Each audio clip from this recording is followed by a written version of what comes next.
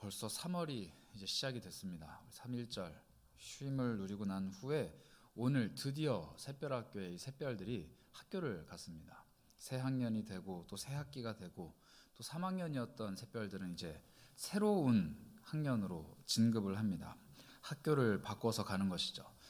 저도 어릴 때를 떠올려 보면은 초등학교 입학할 때가 이렇게 새록새록 생각이 납니다. 그때는 국민학교였는데 머리맡에 이렇게 큰 가방, 제 몸만한 가방을 놓고 그걸 이렇게 막 쳐다보면서 잠들었던 기억이 납니다. 내일 학교 가면 무슨 일이 있을까 이러면서. 중학교 때는 머리맡에 가방이 아니라 교복이 있었습니다. 교복을 이렇게 걸어놓고 난생 처음 이제 교복을 입고 학교를 가는데 어떤 느낌일까 이런 걸 기대하면서 갔던 기억이 납니다. 샛별들은 아마 3월 1일 어제 밤을 그렇게 기대하는 마음으로 잤을지 모르겠습니다. 그런데 부모의 마음은 사실 그렇지 않죠. 부모는 이 샛별들이 학교를 갈 때 학교 가는 길은 잘 갈까? 초등학교 입학하는 우리 아들, 딸이 학교 가는 길 안 잃어버리고 잘 갈 수 있을까? 자기 반은 잘 찾아갈까? 짝꿍은 누가 될까? 공부는 잘 할까? 선생님 말씀은 잘 들을까? 이런 걱정들이 계속 있으시지 않을까 싶습니다. 온갖 걱정이 이 부모님들 마음속에 가득 차 있는 것이죠. 지난 학기까지만 해도 학교를 잘 다니던 아이였지만 방학이 지나가고 또 새로운 반에 간다고 하니 또 왠지 모를 걱정이 있고, 이제 고2가 지나서 고3이 된 아들, 딸들을 바라보니 뭔가 마음이 답답하기도 하고, 고등학교를 졸업하고 대학으로 또 사회로 가는 우리 샛별들을 보는 부모님의 마음, 그 마음을 사자성어로 표현해보라 하면 노심초사라는 단어가 가장 잘 어울리지 않을까 싶습니다. 노심초사, 저도 잘 쓰는 단어인데 무슨 뜻을 가지고 있는지는 잘 몰라서 제가 어학사전을 찾아봤습니다. 이 노라는 것이 애쓰다라는 표현이더라고요. 그러니까 마음이 심히 몹시 애를 쓰는 것이 바로 노심입니다. 그리고 초사라고 할 때 사는 생각인데 초라는 것이 태우다라는 뜻이더라고요. 그러니까 생각이 바짝바짝 타들어가는, 그러니까 마음은 굉장히 애를 쓰고 머릿속에 온갖 번뇌들이 바짝바짝 타들어가는 그 마음이 노심초사라는 겁니다. 이 자녀를 바라보는 부모의 마음은 자녀가 몇 살이든지 노심초사라고 합니다. 제가 어제 휴일이어서 부모님이랑 통화를 나눴는데 사실 아버지가 먼저 전화를 하셨습니다. 저는 별 생각이 없는데 아버지가 전화를 하셔서 코로나는 괜찮냐, 교회는 안전하냐, 이상한데 사람 많은데 다니진 않냐, 이런 거를 계속 물어보시더라고요. 제가 이제 30대 중반이 넘어서 후반에 접어드는 나이인데도 불구하고 제가 마치 초등학생이 된 것처럼. 근데 아마 여기 계신 우리 많은 뭇별들 중에서 아직 부모님이 우리 땅에 살아계신 분들은 부모님 앞에서 그 잔소리를 계속 듣고 계실지 모르겠습니다. 혹은 부모가 안 계시지만 자녀가 있으신 우리 시니어 어르신들은 계속 그렇게 노심초사하는 말들을 하고 계신지는 모르겠어요. 이렇게 아무리 나이가 들고 아무리 철이 들고 장성한 자녀들일지라도 부모 앞에서는 한낱 어린애 같은 그 마음, 그런데 이 마음을 가지고 있었던 성경 속 인물이 있습니다. 바로 아브라함입니다. 이 노심초사하는 부모의 마음을 누구보다도 잘 알고 있었던 사람이 바로 아브라함이라는 것입니다. 우리가 잘 알다시피 아브라함은 노년에 얻은 아들인데 이삭이라는 아들이 하나 있었습니다. 그런데 노년이라는 표현도 모자랍니다. 얻을 수 없는 아들을 얻었습니다. 거의 죽음에 이르른, 늙다 못해서 죽음을 앞둔 아브라함이 얻은 아들이에요. 그러다 보니까 얼마나 귀한 아들입니까?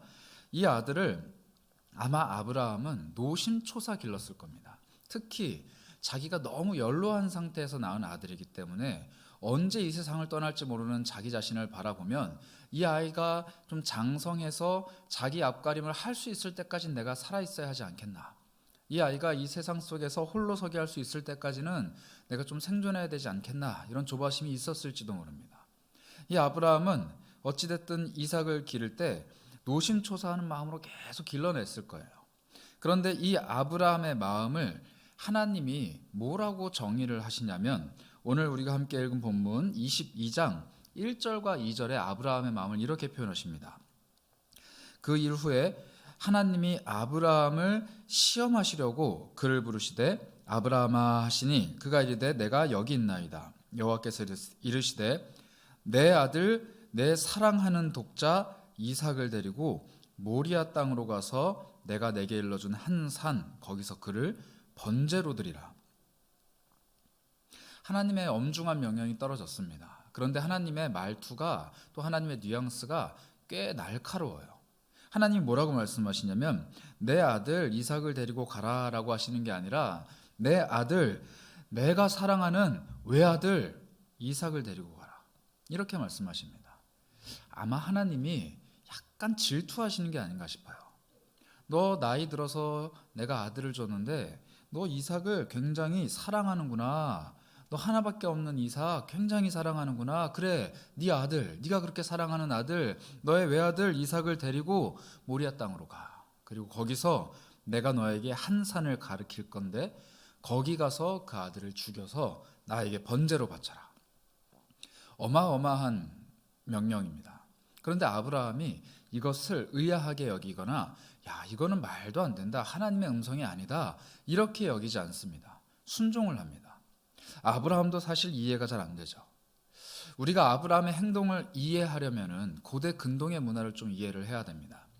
당시 근동 사회의 문화 중에 이 이방신들은 자식을 부모가 신에게 바치는 그런 제사 제도가 있었습니다. 아브라함이 살아왔던 그 땅이 그런 땅이었어요. 그런데 그런 땅, 그런 문화 안에 살던 아브라함이 하나님이라는 자신도 알지 못하는 새로운 신에게 이끌림 받아서 하나님을 쫓아 지금 새로운 땅으로 가고 있는 여정 중에 있습니다. 그러다 보니 자기가 살던 그 지역에 있었던 토속 신앙들, 그 이방 우상들이 요구하는 제사 제도를 자기가 믿는 하나님이 요구를 하시는 거예요. 그러니 의아하긴 하지만 사실 낯설진 않습니다. 왜냐하면 자기가 살던 그 동네 사람들은 그걸 했거든요. 자녀들을 낳아서 하나님 신에게 인신공양을 바쳤던, 인간을 제물로 바쳤던 끔찍한 일들을 아브라함은 눈으로 본 적이 있었던 겁니다. 그런데 하나님이 지금 그걸 요구하십니다. 그러니 아브라함 마음속에는 이게 문화적으로는 이해가 되지만 심정적으로는 이해가 안 되죠. 특히 하나님께서 반드시 이 이삭을 가지고 하나님이 아브라함의 가문을, 그리고 아브라함을 통해서 나온 백성들을 큰 민족을 만들겠다 하셨는데 그 약속을 하신 하나님이 왜 이런 일을 하시는가? 그 의아함이 더 컸을 겁니다. 왜 자식을 바치라고 하는가라는 궁금증보다도 자식을 바치라고 요구할 수 있지, 뭐 신이니까. 그런데 왜 약속의 아들 이삭을 바치라고 하는가? 이 궁금증이 아브라함 마음을 계속 두드리고 있었을 거예요. 그러나 아브라함은 이 말씀에 순종을 합니다. 아브라함이 아침 일찍 일어나서 그 아들과 함께 그 두 종을 데리고 번제에 쓸 나무를 쪼개고 나귀의 안장을 지우고 길을 떠납니다. 그리고 계속 하나님이 가르치신 모리아 땅, 그리고 하나님이 가르쳐 주실 산을 향해서 가기 시작합니다. 그리고 3일이 되자 종들에게 이야기합니다. 여기 있어라, 여기 있어라. 내가 이 아이와 함께 가서 예배하고 우리가 너희에게로 돌아오리라, 이렇게 이야기합니다. 아브라함 마음속에 무언가 확신이 생긴 것 같습니다. 내가 너희에게로 오리라, 돌아오리라, 이게 아닙니다. 우리가, 나와 내 아들 이삭이 안전하게 그리고 아무 일 없이 너희에게로 돌아올 테니까 여기 머물러 있어라. 아브라함이 어떤 마음으로 그 하나님의 말씀을, 엄중한 명령을 이끌고 갔는지는 모르겠습니다. 그러나 오늘 이 아브라함의 고백 속에 그 신앙이 담겨 있습니다. 우리가 함께 읽은 본문 7절인데요. 함께 보실까요? 이삭이 그 아버지 아브라함에게 말하여 이르되 내 아버지여 하니 그가 이르되 내 아들아 내가 여기 있노라. 이삭이 이르되 불과 나무는 있거니와 번제할 어린 양은 어디 있나이까? 아브라함은 질문을 받습니다. 굉장히 당혹스러운 질문이에요. 불과 나무는 있는데 번제로 드려야 될 제물, 어린 양은 어디 있습니까? 라고 제물이 물어보고 있어요. 곧 죽음을 당할 제물이 제가 보니까 제물 없는데 누가 죽어야 되는 건가요? 라고 묻고 있는 거예요. 너야! 라고 말을 해야 되는데 차마 그 이야기가 떨어지지 않습니다. 그래서 8절에 아브라함이 이렇게 대답을 하죠. 아브라함이 이르되 내 아들아 번제할 어린 양은 하나님이 자기를 위하여 친히 준비하시리라 하고, 하나님이 준비하실 것이다 라는 확신이 그의 마음속에 있었던 것 같습니다. 아마 확신이 아니었을지도 모릅니다. 아마 아브라함의 간절한 소망이었을지도 몰라요. 그 산에 올라가면 제발 번제단 위에 각이 되어서 각으로 쪼개져서 올려져 있는 재물이 좀 있었으면 좋겠다. 아니, 재물이 아니더라도 내 이삭 대신 드릴 양이라도 한 마리 있었으면 좋겠다. 염소라도 한 마리 있었으면 좋겠다. 하나님이 올라가는 길에 그만해라, 내가 준비했다라고 나에게 보여주셨으면 좋겠다. 뭐 이런 마음이 있었는지 모르겠어요. 그래서 이렇게 이야기합니다. 하나님이 친히 준비하실 것이다. 오늘 22장은 이 아브라함을 시험하기 위해 하나님이 이 일을 벌이셨다라고 이야기를 합니다. 하나님의 시험, 하나님께서 시험하신다라는 것은 무엇인가를 검증하기 위해서 어려운 일을 혹은 고난을 주신다라는 것입니다. 그러나 하나님이 베푸시는 시험은 단순히 사람을 괴롭히는 것은 아닙니다. 출애굽기 16장 4절을 보시면 이 시험의 성격을 이렇게 우리에게 설명을 합니다. 그때 여호와께서 모세에게 이르시되 보라, 내가 너희를 위하여 하늘에서 양식을 비같이 내리니니 백성이 나가서 일용할 것을 날마다 거둘 것이라. 이같이 하여 그들이 내 율법을 준행하나 아니하나 내가 시험하리라. 하나님은 고난만 주시는 건 아닙니다. 하늘에서 양식을 비같이 내려주시는, 즉 만나를 내려주시는 분, 날마다 일용할 양식을 베풀어 주시는데 그것마저도 시험이라는 겁니다. 그들이 내 말, 나의 법을 지키는지 안 지키는지 내가 그들에게 풍요로운 것을 베풀어 주면서 그들을 시험할 것이다. 하나님의 율법을 지키는지의 여부를 점검하는 것이 바로 하나님의 시험입니다. 그러나 그 시험은 단순히 사람이 어떤 행동을 하느냐 하지 않느냐를 판단하는 기준뿐만이 아니라 그 사람의 마음의 중심까지도 살피십니다. 신명기 8장 2절인데요. 내 하나님 여호와께서 이 40년 동안을 내게 광야길을 걷게 하신 것을 기억하라. 이는 너를 낮추시며 너를 시험하사 내 마음이 어떠한지 그 명령을 지키는지 지키지 않는지 알려 하심이라. 하나님이 우리에게 율법을 베풀어 주시고 하나님의 말씀을 베풀어 주시고 그것을 지키는가 안 지키는가 지켜보시는데 그 지켜보시는 것이 단순히 행동이 아니라 마음이라는 겁니다. 그 마음이 하나님 앞에서 이 하나님의 말씀을 지키는지 지키지 않는지 행동으로 드러난다는 것이죠. 즉 하나님의 시험은 사람의 마음을 살펴보는 하나님의 기준이라는 것입니다. 그런 의미에서 지금 아브라함이 시험을 받는다라는 것은 아브라함의 마음이 어떠한 상태인지를 하나님이 지켜보신다라는 겁니다. 하나님의 목적이 여기 있습니다. 하나님이 지금 주목하시는 것은 아브라함의 행동뿐만 아니라 아브라함의 마음입니다. 그가 어떤 마음을 가지고 있는지가 하나님이 궁금하신 것이죠. 그가 지금까지 해왔던 행동, 아마 이때가 이삭이 17살 정도, 즉 청소년기를 막 벗어날 때쯤의 나이라고 추정이 됩니다. 그 긴 시간 동안 아브라함이 보여줬던 행동은 그 아들을 애지중지 사랑하는 모습이었는데 하나님이 너가 그토록 사랑하는 이삭을 바쳐라 라고 명령하셨을 때 그가 보여준 행동, 그 말씀을 지키는가 지키지 않는가에 대한 행동은 그의 마음이 진정 어떠한 마음이었는지를 대변해 준다는 것이죠. 아낌없이 이삭을 내어드렸을 때는 하나님의 명령을 온전히 지킴과 동시에 그 마음이 이삭을 사랑하는 마음으로 변질된 것이 아니라 하나님을 사랑하는 순수한 마음으로 채워져 있음을 스스로 증명해낼 수 있다는 것입니다. 그러므로 우리 삶에 찾아오는 이 많은 시험들은 우리에게 유익합니다. 우리가 그 시험을 잘 견뎌냈을 때 우리 마음이 하나님 앞에서 증명이 되는 것입니다. 하나님의 말씀을 지키는 일이 너무 어려워서 고돼서 그것이 나에게 고통이 돼서 나를 불편하게 만들어서 포기하고 싶은 마음을 끝까지 제어하며 하나님의 말씀을 지키려고 애를 쓰는 사람, 그 사람은 하나님 앞에서 자기 마음을 증명해내는 사람인 것입니다. 그러니 하나님이 그 마음을 보고 그에게 복을 선언하십니다. 모든 시험에서 이겨낸 자에게는 복을 선언하신다는 것이죠. 신명기 8장 15절 16절은 그 복을 이렇게 설명을 합니다. 너를 인도하여 그 광대하고 위험한 광야 곧 불뱀과 전갈이 있고 물이 없는 간주한 땅을 지나게 하셨으며 또 너를 위하여 단단한 반석에서 물을 내셨으며 내 조상도 알지 못하던 만나를 광야에서 내게 먹이셨나니 이는 다 너를 낮추시며 너를 시험하사 마침내 내게 복을 주려 하심이라. 모든 시험 끝에는 마침내 복이 있다는 겁니다. 이게 하나님의 시험의 과정이라는 거예요. 40년 동안 불뱀과 전갈이 있고 광대하고 위험한 광야 가운데 걸어가게 하고 물이 없어서 건조한 땅, 단단한 반석에서 물이 튀어나오는 기적을 간구해야만 했던 그 땅을 지나가게 하시고 또 하늘로부터 비처럼 내리는 만나를 광야에서 먹이신 모든 이유는 자신을 낮추는 사람, 하나님의 시험을 통과한 사람에게 마침내 복을 주시기 위함이라는 겁니다. 그러니 우리 인생이 광야길을 걸어가고 시험을 당한다 할지라도 소망이 있는 것이죠. 여러분들 중에 혹시 이런 시험 속에 거하고 계신 분이 있는지 모르겠습니다.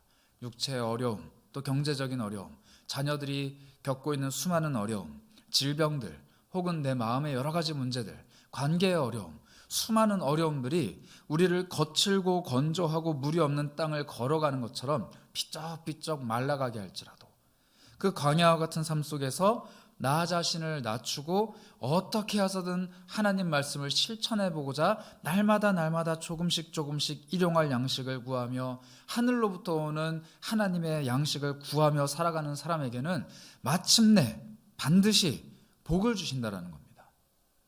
그런데 아브라함은 그 복을 못 받게 생겼습니다. 하나님이 복을 약속하신 것은 이삭을 통해서 약속하셨어요. 그런데 지금 이삭을 번제로 드리면 복의 대가 끊겨버립니다. 아들이 죽은 상태에서 무슨 복이 또 있겠습니까? 이 이삭이 죽어버리면 무슨 의미가 있겠어요? 아마 그 산에 올라가면서 아브라함은 온갖 생각들이 마음속에 왔다 갔다 했을 겁니다. 하나님, 지금 가다가 염소 한 마리가 뛰어다니는데 저거 혹시 나한테 제물로 주신 거 아닐까요? 근데 하나님은 침묵하십니다. 하나님, 혹시 올라가다가 마음이 변하시면 저한테 좀 언지 좀 해주세요. 근데 하나님은 침묵하십니다. 심지어 거기 올라가서 제단을 쌓고 나무를 쌓아 올리고 그 위에 이삭을 결박하여 눕히고 그 아들을 정말 죽이려고 칼을 내밀어 잡으려고 했다 그랬습니다. 이 잡으려 했다라는 표현은 목을 딴다는 표현이에요. 제물의 목을 단칼에 베어서 생명을 끌어버리는 표현입니다. 아브라함이 결국에는 포기를 하고 그걸 하려고 마음 먹었어요. 그때 하나님이 그만두라라고 말씀하신 겁니다. 그만둬라. 내가 너의 마음을 알겠다. 하나님이 이렇게 말씀하신 거예요. 그런데 흥미로운 건 하나님께서 이렇게까지 이삭을 또 아브라함을 궁지로 몰아가실 때 아브라함 마음속에 한 가지 소망이 있었습니다. 그게 무엇이냐면 8절의 고백. 우리 아까 읽었던 그 고백인데요. 내 아들아, 번제할 어린 양은 하나님이 자기를 위하여 친히 준비하실 것이다. 이렇게 아브라함이 고백을 했습니다.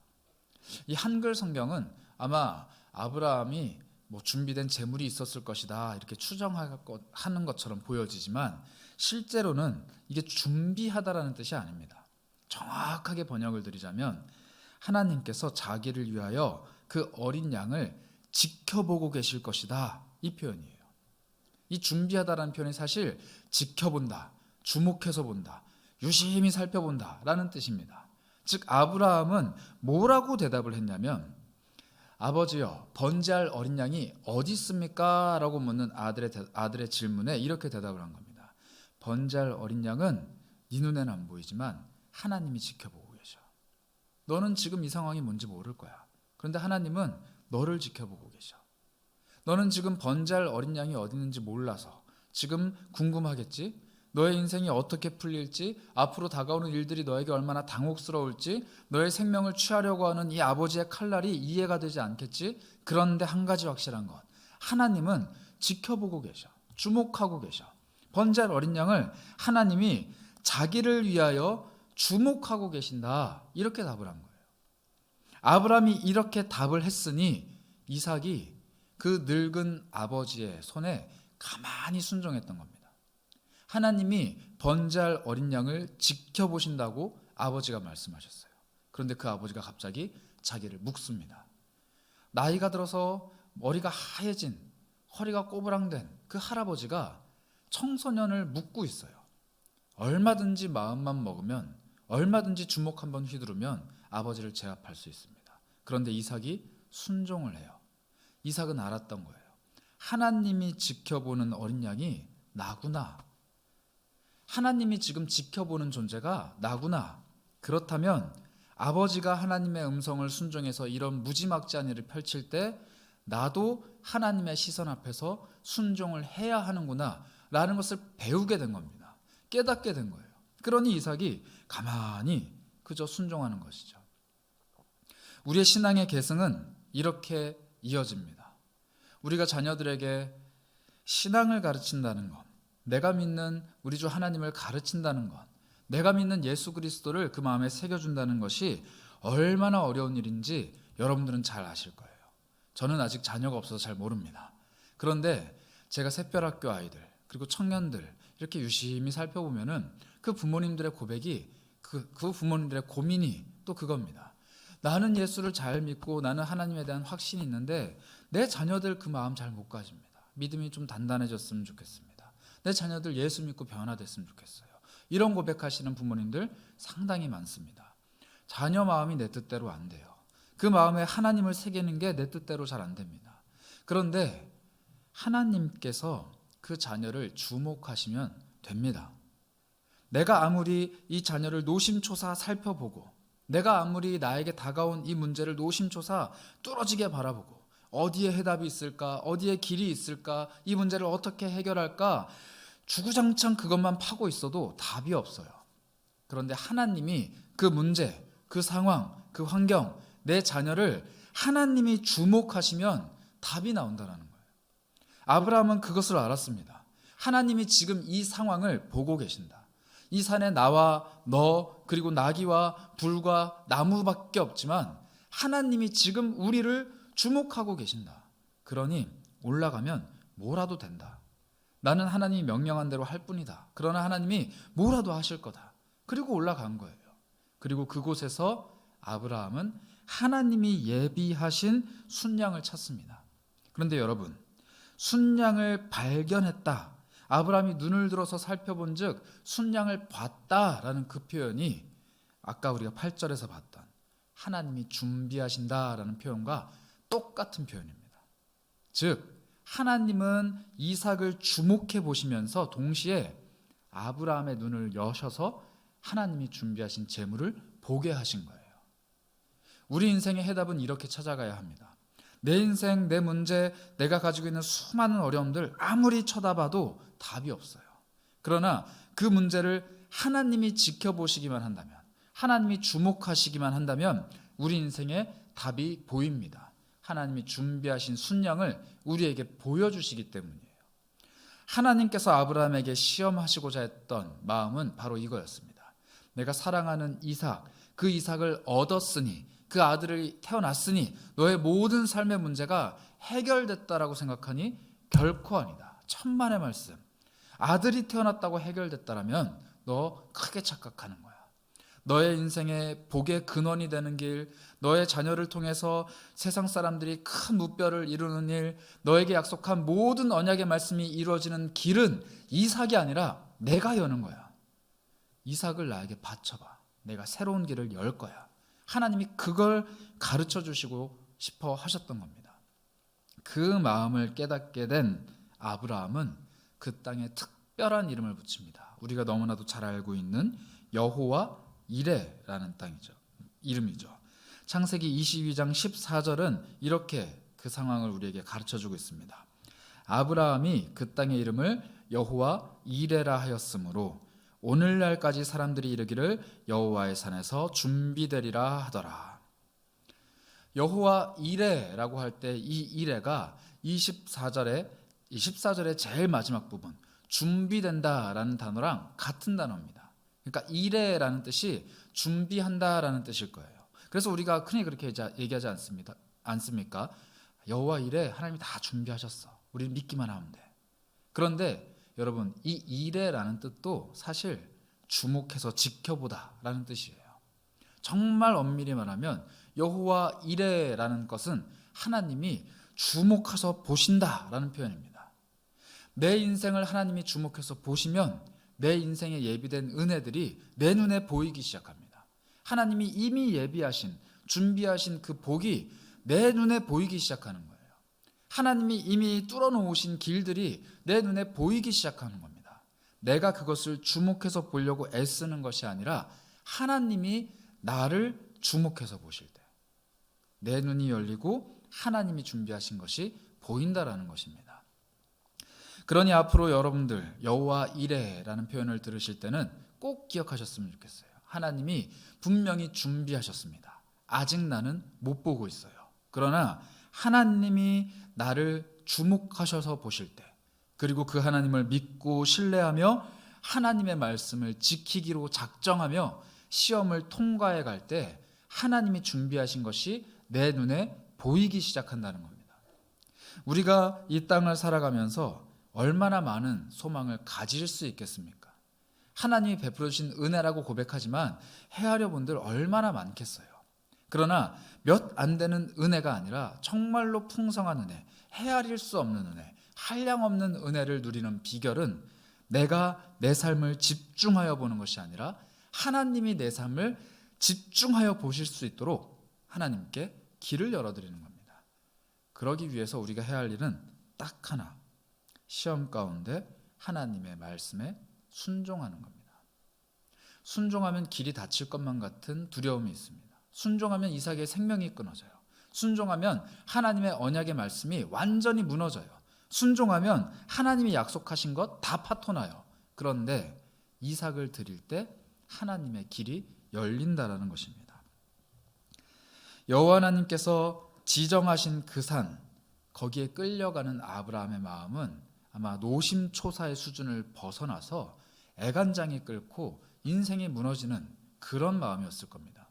그러나 그곳에서 하나님이 예비하신 작은 순양 한 마리를 보고 그곳에서 예배하고 돌아오는 아브라함의 마음은 이미 열국의 아버지 아브라함으로서 가져야 할 하나님 앞에서 크고 위대하고 장엄한 응답을 품은 사람이 되어서 돌아오는 것입니다.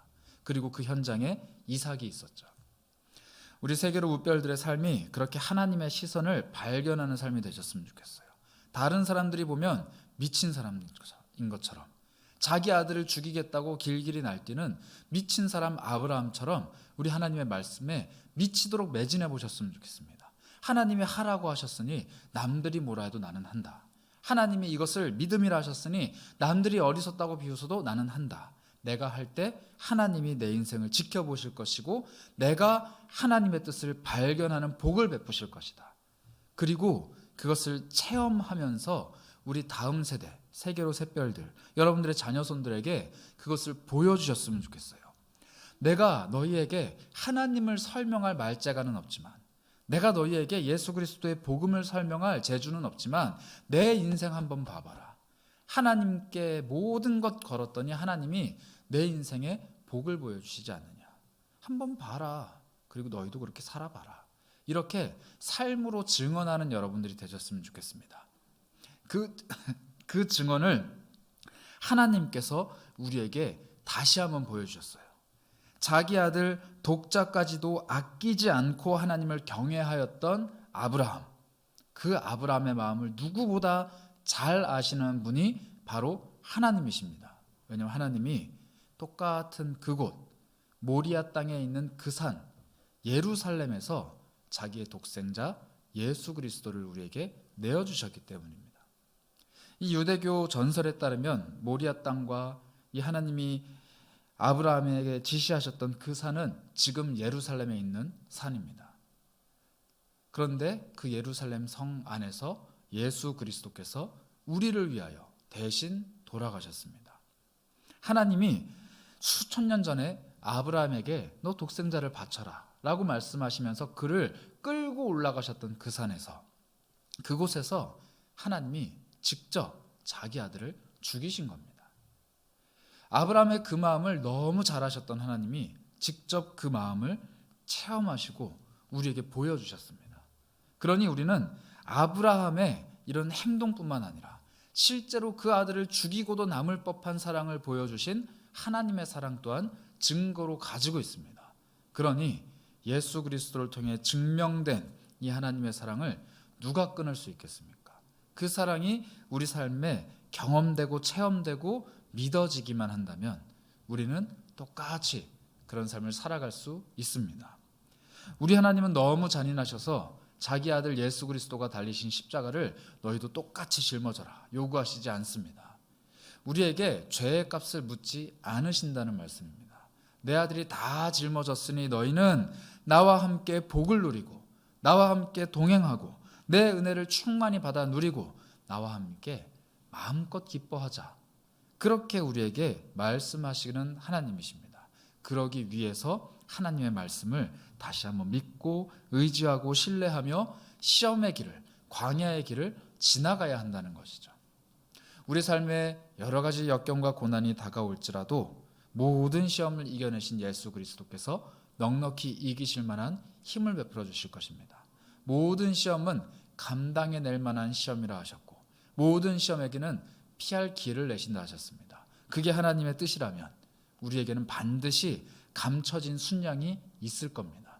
여러 문제 앞에서 하나님의 시선을 오롯이 느끼고 그리고 내 시선이 하나님 시선이 돼서 감추어진 하나님의 순양, 예비하신 그 순양, 피할 길을 내시는 그 순양을 발견하는 아브라함의 복된 삶, 우리들의 삶이 되기를 소망합니다.